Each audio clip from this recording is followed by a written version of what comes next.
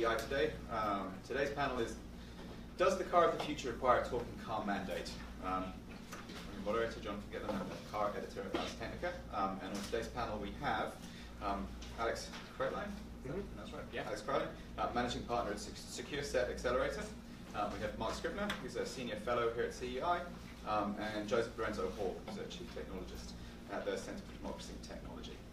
So maybe if everyone wants to just start off with a bit of a 30-second overview of using CTV. Yeah, I can sort of kick it off. So we're really talking about specifically the mandate that was proposed by the National Highway Traffic Safety Administration back in January. This is a long time coming, and I'll get into this, but I think from my perspective, just looking at this from a regulatory policy perspective, a safety and innovation perspective, I think there's 4 major deficiencies with the rulemaking. The first is that NHTSA failed to consider the fiscal costs, at least in any meaningful way, and less costly alternatives. They left important cybersecurity issues unresolved, and Alex will talk about that in great detail, and he'll talk afterwards if you want even more detail. And they also, requiring owner consent for updates reduces the safety benefits that NHTSA projects, and they fail to take into account consumer responses to this update regime they proposed.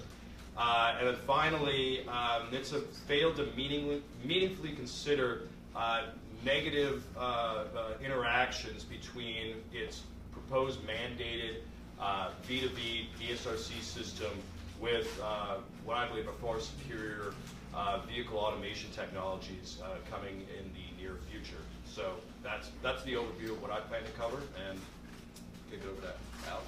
Sure. So my name is Alex Kreilein. I used to work at a bunch of government places, Department of Homeland Security, was a guest researcher at NIST, and I focused for quite some time on architecture analysis and cybersecurity. And so I authored a paper that was filed at NHTSA comment around DSRC security. There's a couple of top line issues that I want to talk about. The first one is there's actually no security architectural requirement in the DSRC mandate outside of crypto, okay? Which is nice, but cryptography is not used for anything except for basically sending private messages, right? It can authenticate and integrity check information systems, but it doesn't actually prevent the exploitation of vulnerabilities. And so what we've done is we've kind of sprinkled crypto on top and said, hey, we're cool, we're secure because we use cryptography. But we use cryptography in all sorts of systems, and that doesn't mean that we're secure. And so there have been some pretty significant research developments that have happened over the past couple of years that have proved that there is a capability to exploit the infotainment system in any vehicle that has an infotainment system that connects directly with what's called the CAN-C.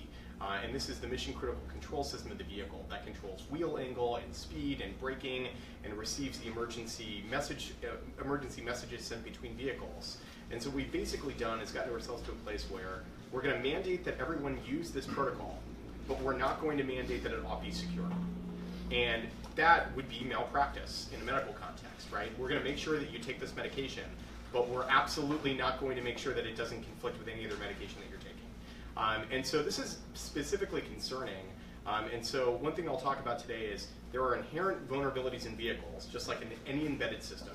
And what we have to have is an architectural standard for security that contemplates not just the transportation of bits over the wireless link, but how we're going to secure the vehicle itself in order to actually have this mandate and enforce security policy. Hi everyone, my name is Joe. I'm not a car geek or even an automated car geek, I'm a privacy geek. And the kinds of things that we do at Center for Democracy and Technology involve looking at the security and privacy of new technologies and new architectures. This one is actually pretty special to me in the sense that November of last year, November 4th, 4 days before the election, I was a pedestrian in Tacoma Park and hit by a vehicle. Spent about 3 months in a wheelchair, a month in the hospital. And so this is the kind of thing that would have been awesome if our cars were smart enough. We're not even getting close to I didn't have necessarily a beacon broadcasting my presence. I mean, I did a cell phone, but not one specifically designed to help cars, not humans. Yeah, not V2P. We haven't even talked about that yet. So when I was contacted by a couple of world-class cryptographers, applied cryptographers, notably Vitaly Shmatakov, Alison Skaya, Adam Smith, and I forgot the fourth person. Anyway, they basically looked at this and they said, this is not even a serious design. And I was like, it's got to be a serious design. It's in the Federal Register, right?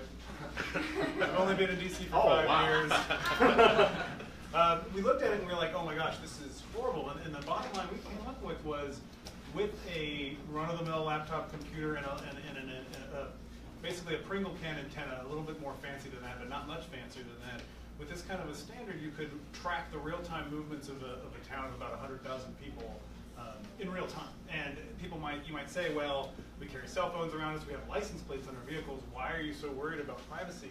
Because nothing allows you to track the movements of your entire surroundings in real time with such ease. You can imagine gangs may really be interested in the real-time movements of their counterparts.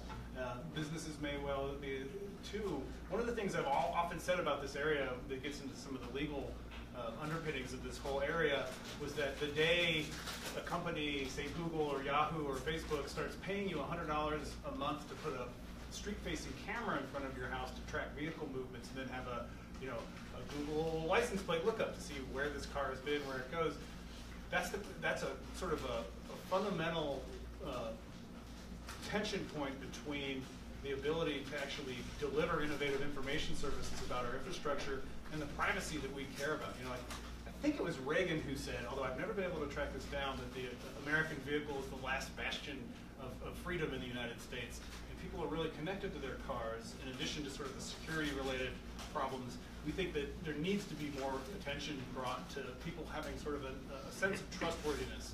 In a number of other areas, I work with people who their physical home address is extremely sensitive. Federal judges who are often under, sometimes under protection for the people that they work with, the victims of domestic violence and folks like that. Just because you may not care about your movements doesn't mean there aren't people that do. And so we spend a lot of time in our filing detailing the shortcomings there, and I'd also point you to a couple others that talked about some of the limitations and even the crypto. I mean, the crypto, we sprinkle crypto on top, and even the crypto isn't that good. Right. It's actually pretty bad considering modern designs, and the fact that you'd mandate something needs to be out there uniformly within 10 years.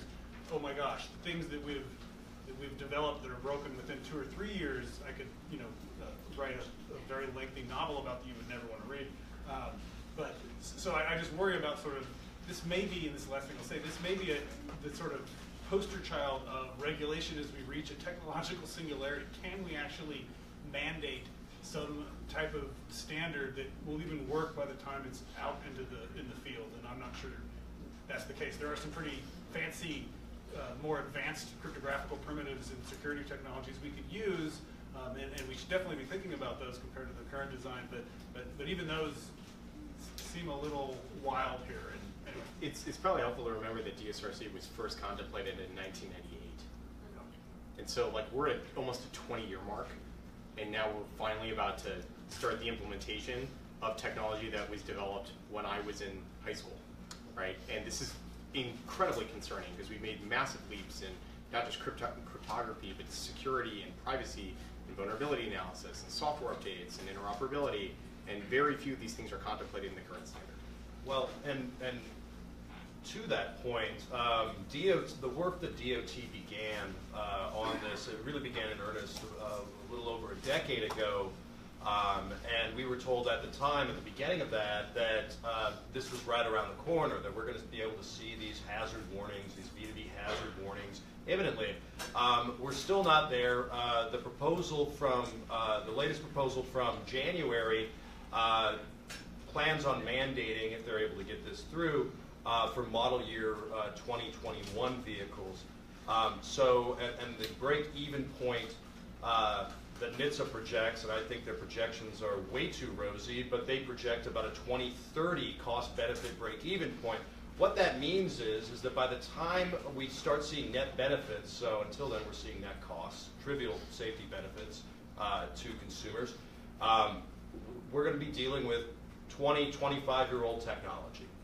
That is the wisdom of this proposal, and I think it's important to keep in mind exactly how far back this goes.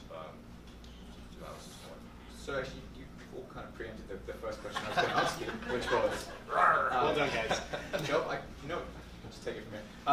But so just stepping back and looking at the big picture, road traffic deaths are an issue in this country, around the world, particularly here in the States. They climbed for the first time last year to, I think, 36,000 people. Human factors are believed to be responsible for 97% of all fatal road crashes. So, kind of with that in mind, some kind of method of making humans better drivers than they think they are ought to be a good thing, correct? Sure. The issue is specifically with the implementation here. And I think something that Mark, you just touched on, which was the spectrum was allocated in 1999. They finally, the notice of proposed rulemaking showed up 17 years later. We're in a different automotive world now. Right. And I think that the spectrum issue, I think that a lot of folks in the wireless world are very interested in that. I'm not going to focus on that, but they've estimated that sitting on this spectrum has been basically unused, the spectrum block, for that entire time, and that's very valuable. So we've been wasting a lot thanks to this policy, the 2 decades of policy that we have. But yeah, a lot has changed. When the Department of Transportation began in earnest with its V2V project, Google hadn't released its first self-driving car prototype. They hadn't announced that they'd completed the 140,000 miles of public road testing like they did several years later. And now we see every major automaker and startups from across the world getting involved in intervening automotive safety technologies. It's important to keep in mind what NHTSA is actually talking about with its V2V mandate. This isn't going to apply automatic emergency braking when it detects a hazard. It's not going to do any of that. Nothing's automated. All this is going to do is provide drivers with hazard warnings. And you can sort of see how trivial this is, but and NHTSA itself kind of concedes this. By their own estimates, after 30 years of deployment, so 2051, they estimate that they'll save between 955 and 1,321 lives annually. Now, as Jonathan just said, over 95%, 94 to 97, depending on the study, of crashes, fatal crashes, involve human error. Now, I'm not saying that we're going to be able to reduce highway fatalities by 95% once we have full deployment of automated vehicles, but I think we could do a lot better than 1,300 a year by 2051. And this is NHTSA's rosy scenario, and they completely ignore some of these other technologies that don't involve, if you talk to most of these automated vehicle developers, they do not want any of this mandate touching their hardware and software. They're very concerned about it for good reason. I'm not actually sure by 2051 you'll be able to buy a car with a steering wheel and drive yourself on the road. Look, NHTSA has a great crystal ball, so. I think that the agency has done. I think they've done a reasonably good job with what they've been given. I think the problem that they have is a lack of imagination for all the things that could possibly go wrong. And this is where they've commissioned a risk assessment. It was pretty good. I don't really think they followed the outputs of that risk assessment, which is where I get really concerned. And so from a cybersecurity perspective, there are a couple of really key factors. First one is, in the vehicle itself, there's no requirement for network segmentation. Okay, this means that the infotainment system that projects television to your 8-year-old in the back who's screaming at you is inherently interconnected and interlinked with the mission-critical control systems of the vehicle. This allows for exploitation in mass because we're only doing cryptographic authentication instead of intrusion detection, intrusion prevention, malware analysis, all the things that you would expect in a robust telecommunications network. What we're actually doing is we're creating a secure network for the transportation of exploits, right? Anyone can go and take a laptop or an iPad, get an extension cable, and plug it into the OBD2 port in the vehicle, right? There's nothing that's preventing anyone from doing that whatsoever. And when you do, if we assume, in the best case scenario, that the crypto works exactly the way that they want it to, okay, let's see that argument for a moment. Now what I have is an authentication system that allows me to securely, remotely exploit other vehicles while driving on the road. And the best case scenario is that you'll be able to blacklist a car. But they haven't explained in any sort of detail whatsoever of how you would actually go about doing that, okay? But beyond that, beyond just the problem that we have with the network segmentation, or rather the lack thereof, which was proven in I think 2014 by Charlie Miller and Chris Valasak, who used to work for IOActive and now both, I believe, work for Uber. The next level problem is we have this massive monoculture in vehicles. Almost everything that's manufactured in this space is manufactured by between 1 and 3 OEMs, which leads to common mode failures. And without any type of architecture to compensate for common mode failures, an exploitation of the Sierra Wireless OMAP chip, this is whatever, we'll use that as an example, in one vehicle that's used pervasively in hundreds of thousands of vehicles, allows for an attacker not to attack one car, but to attack any car with that model of infrastructure. And because there's almost no contemplation of how we would do over-the-air updates for that infrastructure, we have almost no recourse other than a recall, which costs companies like Chevy and Chrysler and Ford and all these massive car companies tens of millions of dollars. And so it's not even in their interest to deploy this type of infrastructure. I think there needs to be a normalized general security standard that companies have to adhere to before they take a car into production.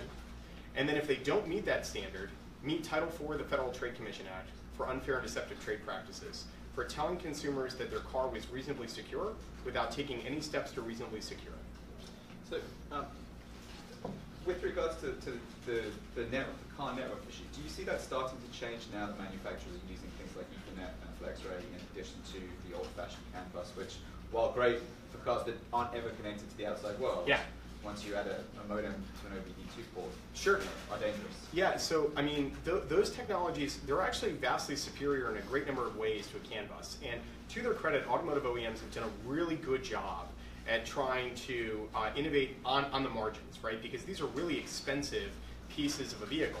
But what they haven't done is they haven't taken into consideration almost any security best practices. So in addition to most cars using still a CAN bus, they're not using a trusted platform module. There's no requirements for software development, lifecycle, code review, and analysis. There's no requirements for containerization or runtime system analysis, or any of the best practices that I use on my phone, right? I don't drive my phone at 80 miles an hour, but I do drive my car along with everybody else at like 80 miles an hour because I speed. Like literally everyone else in this room, so don't act like we don't.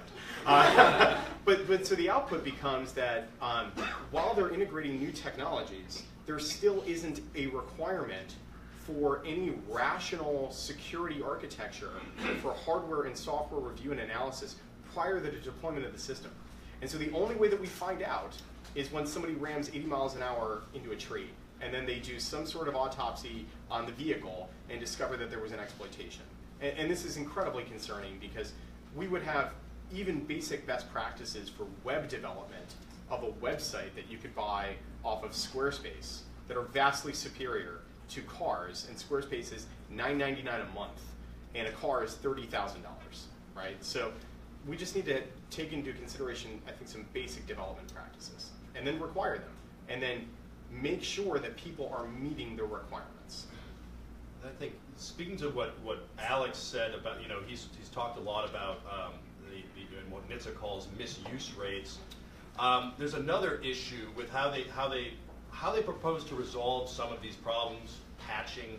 If they find an exploit or someone manages to do that, then they want to patch the system wirelessly. That's what their proposed public infrastructure network is able to support, and that infrastructure network would also replenish the security certificates that would encrypt these basic safety messages. Now, one problem though is that NHTSA itself. Do you mind if I just just get you to clarify? So they're suggesting that the updates are through public Wi-Fi, like Wi-Fi is in public, as opposed to using the car's LTE networks and pushing patches from the OEMs. It wouldn't be through. They're contemplating an entirely new public infrastructure network of roadside devices, about 20,000 deployed across the national highway system. Now, interestingly enough, they in their cost-benefit analysis, they based on, if you compare it to a GAO report from a few years ago, they have the cost, the per unit cost of these 20,000 units, and they doubled the estimated life cycle. So in order to get, we end up with, to equip the entire NHS, NHTSA says it would cost about $500 million. I'm skeptical, and then that you'd have a replacement cost every 5 to 15 years. Also skeptical that we'd get to 15 years on those things. Now, but one problem, so that's how you'd receive updates through this. No one knows who's going to operate or pay for this proposed public system that NHTSA talks about. The problem is, though, is that NHTSA says that we're going to require owner consent for every update and for replenishment of the certificates. Well, what happens if the user, the vehicle owner doesn't do that? Well, the entire V2V system becomes inoperative. And what NHTSA, their solution to this problem is that, well, we're just going to add a telltale lamp or chime in the car to annoy people until they update that. But as we've heard from Alex, that if you have consumers, I think, rationally concerned about cybersecurity, or from Joe concerned about their privacy, what about the apathy rates? I mean, we have about 10% of vehicles on the highway right now with a check engine light on. So people do refuse to follow the telltales, and I think we would see even larger shares of drivers on the roads with these if they have these privacy and cybersecurity concerns. Yeah, I mean, and like people wait for weeks or months on end to update the software package on their phone, right? And that's in your pocket all day with you. So you're only in the car when you're prepared to drive the car. But if you launch a software update while you're driving the vehicle, it's unclear whether or not you'd have to pull over, which would be a massive inconvenience, right? And so without any kind of auto update policy, like literally, I meant not automotive, but automatic, without any kind of automatic update policies, what we're doing is we're leading to the lowest common denominator of security, where if we're all basically on a local area network, we have to trust that everyone would take the best practices to ensure their own, my favorite term in DC, cyber hygiene, right? And to the extent that people don't do that, they put others at risk. But I think there's even a more insidious problem, which is that the security and safety of people is predicated on their economic stature and wealth. And this is really concerning, because imagine like a mother of 3 who has very limited income and doesn't have the capability to go out and buy the newest on the model Tesla or BMW or Audi, which we would conceive, hypothetically, would probably be more secure than a Ford Fiesta. Not to pick on Ford, because it's a great auto manufacturer. The problem, though, is the componentry in lower cost vehicles are lower cost as a result of the vehicle being of lowest possible cost, right? So we're not putting like highest quality leather seats in cheap cars. That's what makes them cheap cars. So without any kind of security framework, people who are the lowest economic status are the ones who are the most in danger, because the exploitation will be felt in a specific manner pecuniary to them and not to anybody else. But at the same time, we're driving on the road all together. So what happens in your vehicle very much affects what happens in my vehicle. And this becomes, instead of creating a ceiling, we've basically created a floor.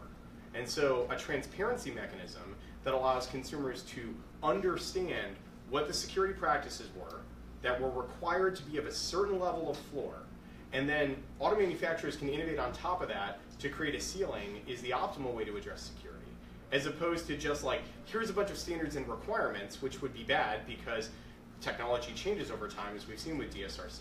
So if we have a baseline framework that people have to adhere to, it can allow an opportunity for all sorts of things to build on top of that while keeping every consumer safe on the road.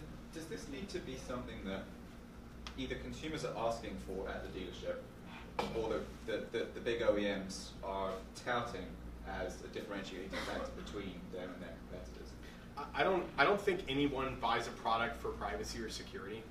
I think it's incredibly hard to sell privacy, which is something that I mean we bemoan, right? And so I'm not sure it's going to be a massive differentiator, which is even more of a reason to have a baseline standard, because it's not necessarily the market forcing effect that we would have from like 85 miles per gallon, right? That's a market function that people vote with their dollars on. Privacy and security are things that they're really concerned about, but like, how many of you use cryptographic certificates on your email? I do. Does anyone else use them? Okay, great. So I'm the only one in the room who's following the best practice, right? So none of you can be trusted. And so on that basis, right, we have to build a level of floor and then probably advertise some bases around it so consumers have transparency and have a rational understanding of what they're buying when they go to a car dealership.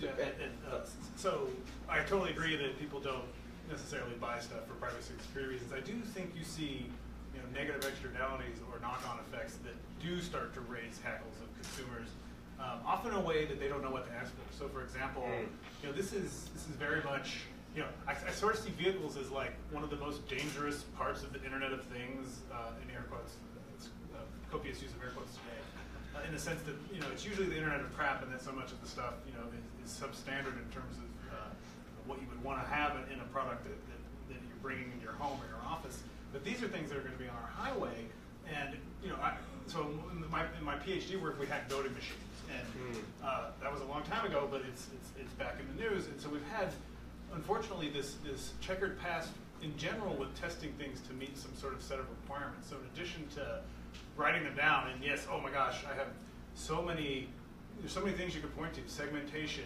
default credentialing, things that would allow someone to sort of update the firmware on a vehicle without a physical presence or things like that. There's so many of those things that should be there, but there's also going to need to be a continual of sort of aftermarket liability for some of these things. For example, how do you take a blob of firmware software and figure out if it has a default cryptographic key in there that's the same across a bunch of different vehicles? Yes.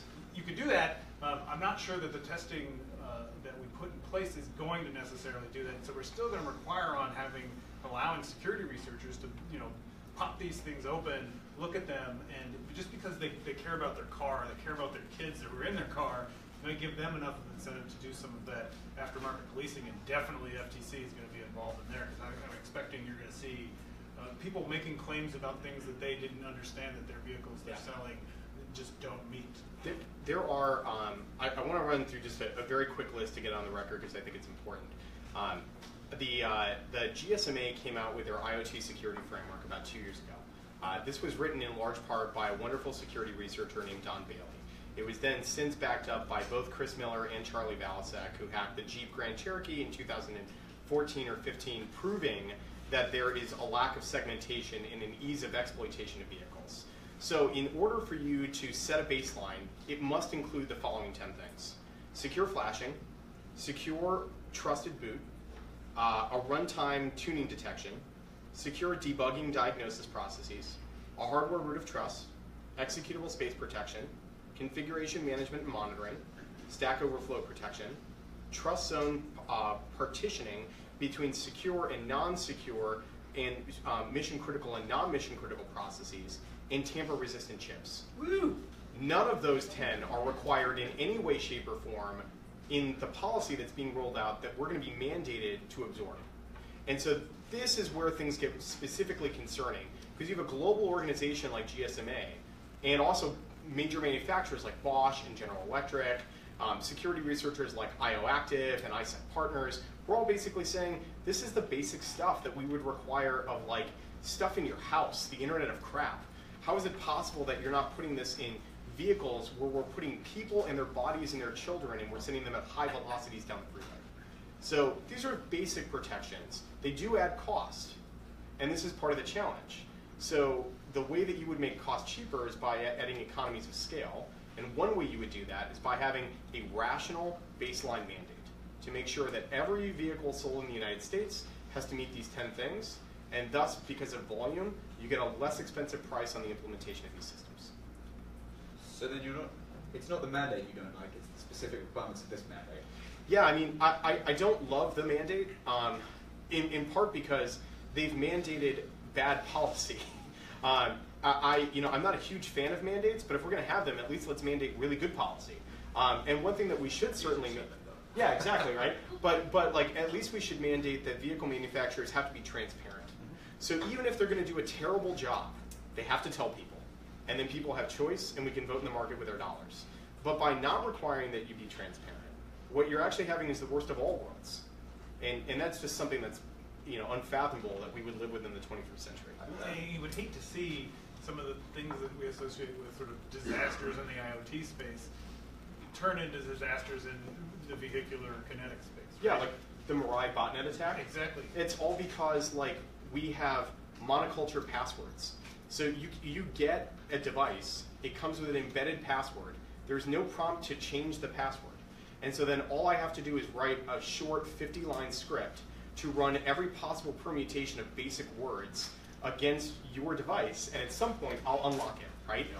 And if, to your point, if we don't have any requirements around this, that's what we'll get. Well, and I'm wondering if you think, Alex, or if anyone thinks that this is the metaphor I think is the best, and it's not even a metaphor, it's actual visualization of how this could go horribly wrong, is in the latest Fast and Furious movie. Have you seen this? No. You gotta check it out. No, it's probably fine. So no. I mean, if you can find a way to see just this one scene, it's worth it because Charlize Theron is some crazy mystical hacker, basically controls a river of automated vehicles. None of which was built after about 2005. Right. Which is the bit that really made But my still, head it's fine. It's probably being able to use them in mass at her beck and call, I think it's worth. Looking over someone's shoulder or something. For sure. If you don't want to spend money on it. It's not a bad movie, but I'm just saying that's a pretty interesting. I mean, it has The Rock. He's running for president. It's gonna be amazing. He's gonna make America buff again. Well, and just to sort of underscore how I guess unserious NHTSA took cybersecurity in this regulatory proceeding. If you look in the Federal Register and read this, when you get to the Secure Credential Management System section, where it's bracketed, it says, we'll figure this out before the final rule, trust us. Not only is that it's kind of crazy. Yeah, I mean, which you generally don't see that. I can think of another example at the Labor Department from a few years ago, but generally courts do not like that because a final rule is supposed to be this logical outgrowth of the proceeding. And if we're not even given any regulatory text to evaluate, I think that's telling that NHTSA is really moving too quickly with this, which is really sad because we're talking about a decade out-of-date technology that they're seeking to mandate. Yeah, I mean, basic question. Do you think that your XM radio should be able to send a message to your braking system or to your acceleration system? And if the answer is no, that you don't think that XM radio should be able to send a message to your acceleration system, then you're in favor of some basic rules of the road, right? And right now, there is no policy-based communications mandates in vehicles, so there's nothing stopping that from happening in the first place. So who do you think, how are we going to get the automakers to sign on to a set of standards? Is it going to need to be something like IEEE or SAE that's responsible for this, or do you think it's going to need to come from the government? Yeah, it's a good question. Having participated in a number of government standards processes, they tend to be somewhat inflexible, and I think that's the nicest thing you could probably say. The real challenge is there has to be incentive for them to want to do this in the first place. So I don't think that government should require this is the standard. I think the government should require that there ought be a standard, and it should be a decently good one, and that they should have a right of review of it, and basically a blessing or authority, which is not uncommon. We use that process pretty consistently. Federal Motor Vehicle Safety Standards is frequently an SAE. Exactly. So the idea of that is to mandate functions and not the technology that you use to get there, which we're seeing on the self-driving car side of things. Yeah, I mean, and so the 5G Automotive Association is a relatively new association. But they're made up of like Audi, Daimler Chrysler, BMW, Ericsson, Nokia, Qualcomm, Intel, and a few others, right? They're trying to design their own industry standard for what we would have in not just self-driving cars, but vehicle-to-vehicle communication, right? So what we should do is we should basically set a floor and say you must be this high to ride this ride, and however you want to do that is fine, but then you have to tell people how you did that so that they understand it, and when they make a purchasing decision, they can do so with information, as opposed to no information. And that's, I think the advent of 5G is almost upon us, and this is when I talked about fiscal costs and it's not considering them and cheaper alternatives. I think the 5G I think is one example, a very good example of what they could be looking at to both save some money and also allow consumers to realize benefits quicker. So important to keep in mind that NHTSA is not talking about aftermarket devices for V2V DSRC. These are vehicle resident equipment that you'd purchase with a new vehicle. Now, when you have a fleet turnover, average age of the vehicle on the road in the U.S. today is over 11 years, and it's increasing. That's going to take a long time to cycle these new vehicles in. Now, if we could do, if it was a 5G and an aftermarket centric approach, perhaps having the V2V capability on your cell phone, well, the turnover of your cell phone, the fleet turnover is less than 2 years. And the goal is getting these benefits out to consumers as quickly as possible. The way that NHTSA is approaching it is one, mandating a new public infrastructure network that no one knows who's going to pay for or operate, and then basically saying that you need to have a new vehicle in order to use this. That's just not the way to do it. Yeah, I should actually just point out that a cell phone-based B2B system, like Marc describes, there's actually already one operating in New York City right now with about 100,000 users that I had a demo of last week. That it uses the optical camera from your phone, you mount it on your windscreen. That will do forward collision alerts, and then if there's another user who also has, who's also using the same system in the same area, the cloud works it out and will provide you even more specific. They will get cross-traffic detection. We have almost like I think it's under 2 billion, but we have over 1 billion users globally who are using LTE, which is why the infrastructure is now finally affordable, right? Now they're not all in the same band class, and it's not globally harmonized, and so you have problems with chipset costs.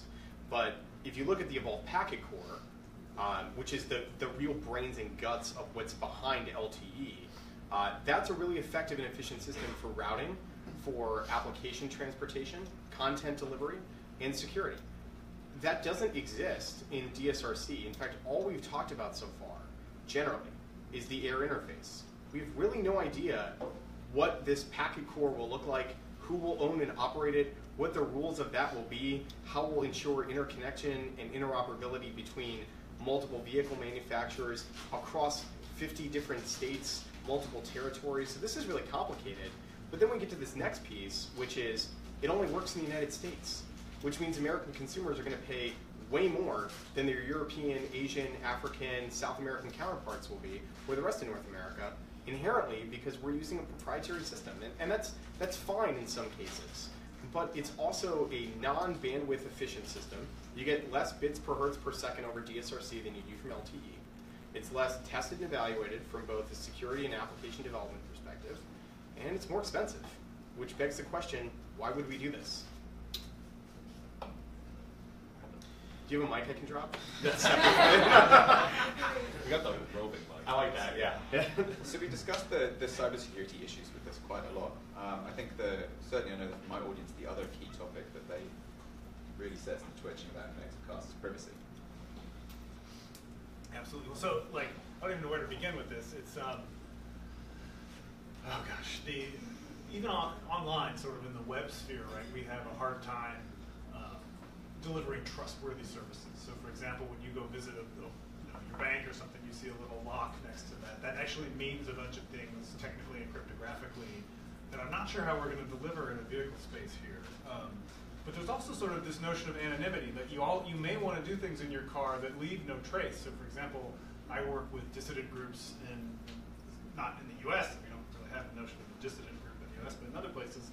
And it would be awesome if I could at least let my system know that this is such a sensitive interaction that it shouldn't, carry that kind of information or transmit it. So, for example, we've always approached automakers with the notion of a private driving mode. You have private browsing mode. Some people call that porn mode. There's a variety of reasons to use the private browsing mode in that. But you can imagine, if that sort of makes it real for you, the things you do in your vehicle. And so many, at least a number of automotive manufacturers that I've spoken to say, hey, in 10 years we're not even going to be car companies, we're going to be transportation companies. Right.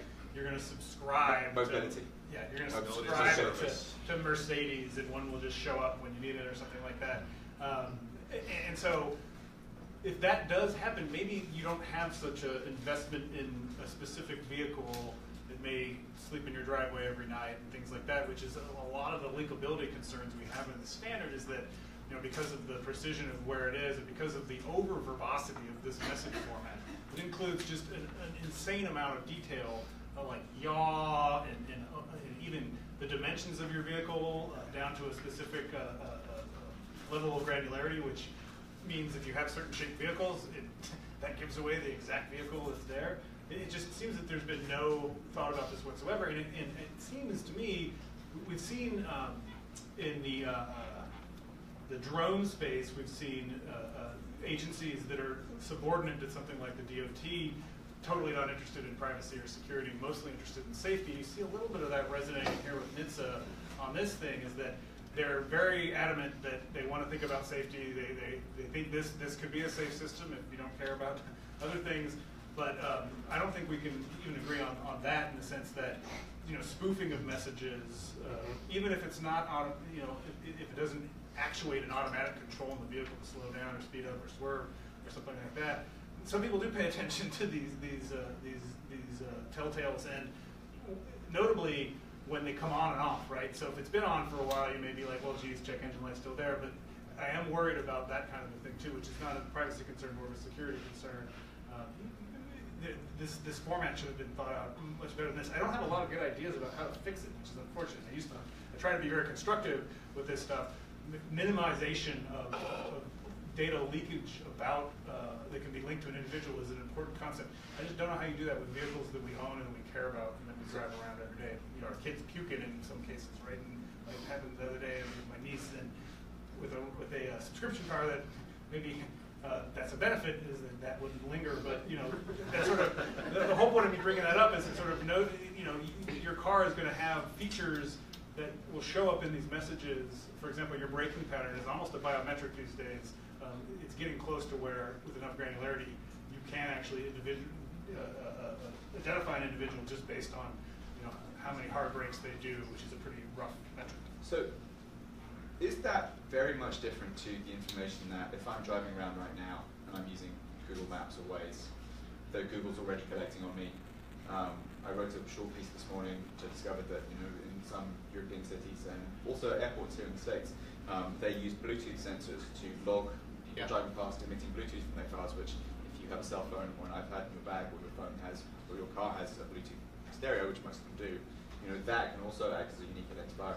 And then of course obviously automatic number plate recognition cameras. So does this represent a fundamentally different privacy challenge, you think? Or sure does. And just because of the scale and the ease of tracking folks, right? And so, being able to, in real time, monitor the vehicular movements of a small town, and with enough Confederates doing a much bigger town, that's something that is not just useful commercially, very useful commercially, but is also useful by people who have bad motives, right? As I was saying, gang members might want to know where their counterparts are on a given day. Or where the police are. Or where the police are, for that example. They have very specific looking vehicles with very specific places they stop and start, and a variety of things like that. So it is fundamentally different than if we had networks of publicly available automated license plate reader cameras. Maybe it would get closer to what we're creating with this, but that's not even there yet, right? And at least right now, governments are somewhat limited in what they can do with automated license plate readers, which is why you see all the action in the private sector when it comes to collecting and selling them. And let's not forget, the proposal is not just to use DSRC for mission critical safety purposes. The proposal is also to use it for commercial purposes. And that is where we get all the insidious economic motives, right? So the standard requires that basically that basic safety messages be sent unencrypted, so that if there's a failure of the cryptography, that our vehicles can't collide. Okay. So the way that they would choose to implement that, but also make sure that they, quote, protect consumers, is by shuffling the certificate every 5 minutes. That's what the standard requires. Okay. Which means that if you're driving at 60 miles an hour, right, for 5 minutes, you're driving for, basically 5 miles without anyone being able to obfuscate who you are, without being able to protect your privacy. And for every 5 mile stretch of road, you're in the clear. You're unencrypted, which means you can be followed basically from here all the way to like Boston, Virginia, without anything being switched such that it would protect your privacy. This should be problematic. People should be concerned about this. Oh, but it gets worse, right? Yeah. Because when that certificate changes after that 5 minutes, the rest of the data in the message doesn't necessarily change. So if Yes. you're still going at 60 miles an hour, it's very easy for someone like me who does this all the time to take these stream of messages, say, oh, geez, this looks like a different car. You're like, wait, it's in the same place it was. It's going roughly the same speed it was. It looks like it has the same dimensions it Yep. has. That's the same car. Basic kinematics analysis. Absolutely. And that's a fancy word, but it's something that most organizations are doing in the transportation space to begin with, right? We've just now made it much worse. The difference between this and, like, you know, somebody tracking you using your app on your phone, you can delete the app on your phone if you choose to. You can't delete your car. You could right? cover it all in very thick tinfoil. But that's not Yeah, totally. On the record, CDT wants you to cover your cars Yes. in tinfoil. Buy it from us. Yeah, exactly. CDT tinfoil, very secure. Makes for great hats.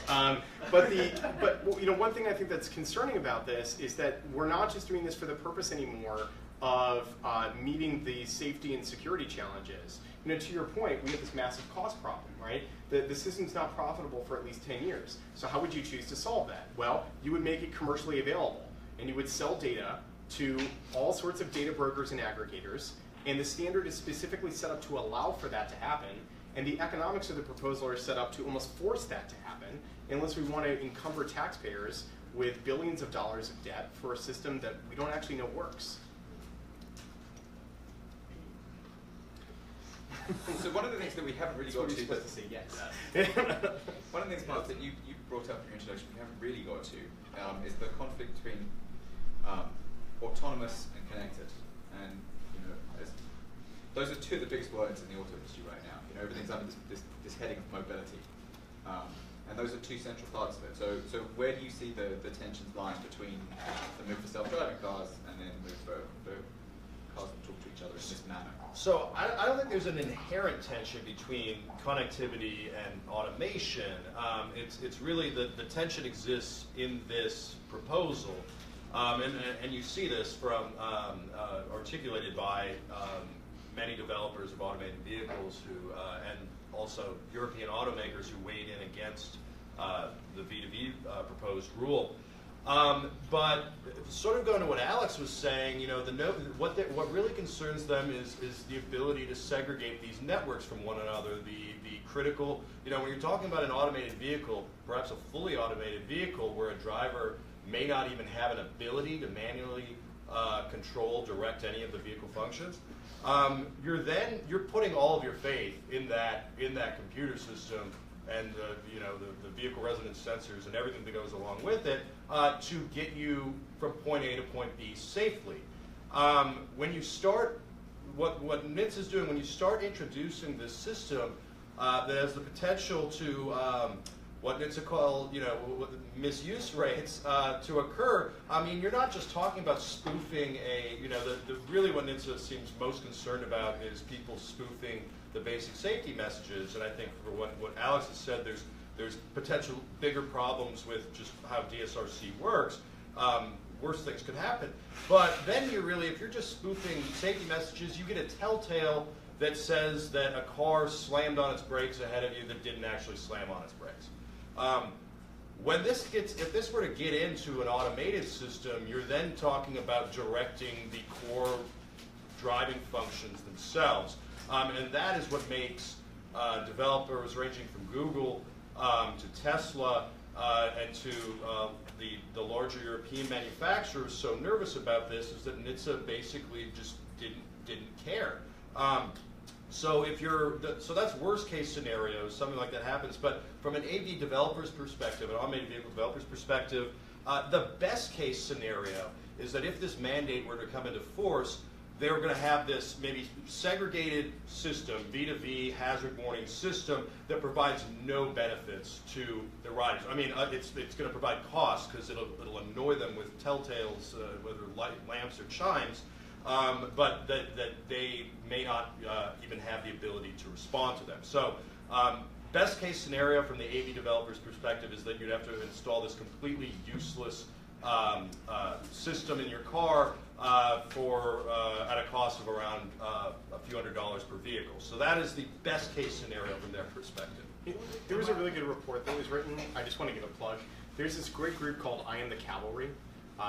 And these guys are fantastic. Josh Corman is probably one of the best researchers in this space. And he and Bo Woods and a lot of other people from the Atlantic Council to a number of other organizations were incredibly thoughtful. And it took like 6 months to develop this thing called the 5-Star Automotive Safety Report. And it's fantastic. And it's basically been hailed by most, even of the auto OEMs, as things that are reasonable that people should be doing.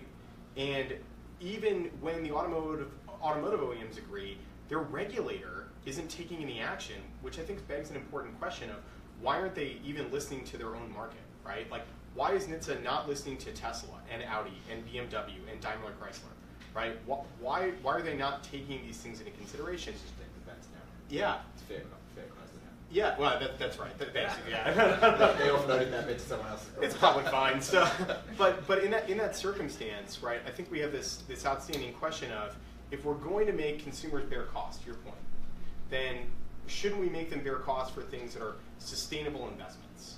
Which I think is really ultimately the point that you're making, which is a really fair one, and I'm not really sure is addressed. But even if it was being addressed, I would still say that they're doing it wrong, and we have all sorts of evidence to not just state and enforce that, but we have empirical evidence that we have vulnerabilities today that aren't even being managed, right? We have a common vulnerability in enumeration on Harman Kardon infotainment system that was published in 2015 that allows you to enter in through the heads-up display in the rear seat and gain access to the vehicle control systems. So we empirically know there's no network segmentation. And even based on that proof, we have no reaction from the regulator, which should actually concern people as to the technical acumen and capability of this enforcement mechanism. And the telltales here are going to be, even if they aren't presented as such, they're going to be sort of probabilistic in the sense that, well, this may be something you need to care about, but we're not entirely sure because the architecture is so bad that someone could have spoofed it, or someone could have blocked a packet. You know, if you saturate the radio frequency such that you don't receive a message that your car would have used to put on the brakes, then you have very serious problems, which means that, like, I think EFF and a couple other things, and they may have been actually resonating with you, Alex, in the sense that to make decisions without some other kind of ground truth, so for example, a LiDAR measurement, you know, something that tells you, oh yes, there is a physical object that is not going as fast as you in front of you, you may want to do something about it. You know, you're going to need a constellation of these things to make a probabilistic determination about what to do, and even if it's just telltaling, that I'm kind of concerned about, because as we've learned with browser technologies and other kinds of things, if you start to notify people of things that they don't care about, they will ignore them. And then when it does happen and they should care about it because someone is man in the middle in your connection and trying to spoof your bank site or something like that, then you're like, oh, I've seen this before, I don't care, rather than, oh, geez, this should never happen, I need to back out. And to your point, this is the all eggs in one basket argument of, like, we're relying solely on this technology to send and receive basic safety messages without an authentication check from a second source. So the way that we would normally do this is with multi-factor authentication, right? You push something to somebody, they receive some sort of update, and then they have to validate that with a PIN or a password, something you know, something you have. This is terribly common. We all use it all the time on our phones. In even basic multi-factor authentication, which is a best practice that's required in all the federal government, I guess except for OPM, that multi-factor authentication is something that we already use every day, and it's required almost everywhere, but not here. And so those 10 things I listed earlier are also the same 10 things that the Department of Defense requires if you're going to manufacture an airborne vehicle system for the DoD, which begs this important question of, if the cost is not extreme, and we're already implementing these things in F-18 fighters in war zones, why would we not implement them for 320 million Americans across the country? Like, we have the technology, we can build it, we can make it better, right? Faster, stronger, and I'm unclear as to why this is used in all sorts of other mission critical systems, but not ones for me, you know, my mom, my uncle. I would like to get some sort of clarification on that from NHTSA, but it's been kind of a deafening thud on cybersecurity and privacy. Should we open up questions from the audience? I think I saw at least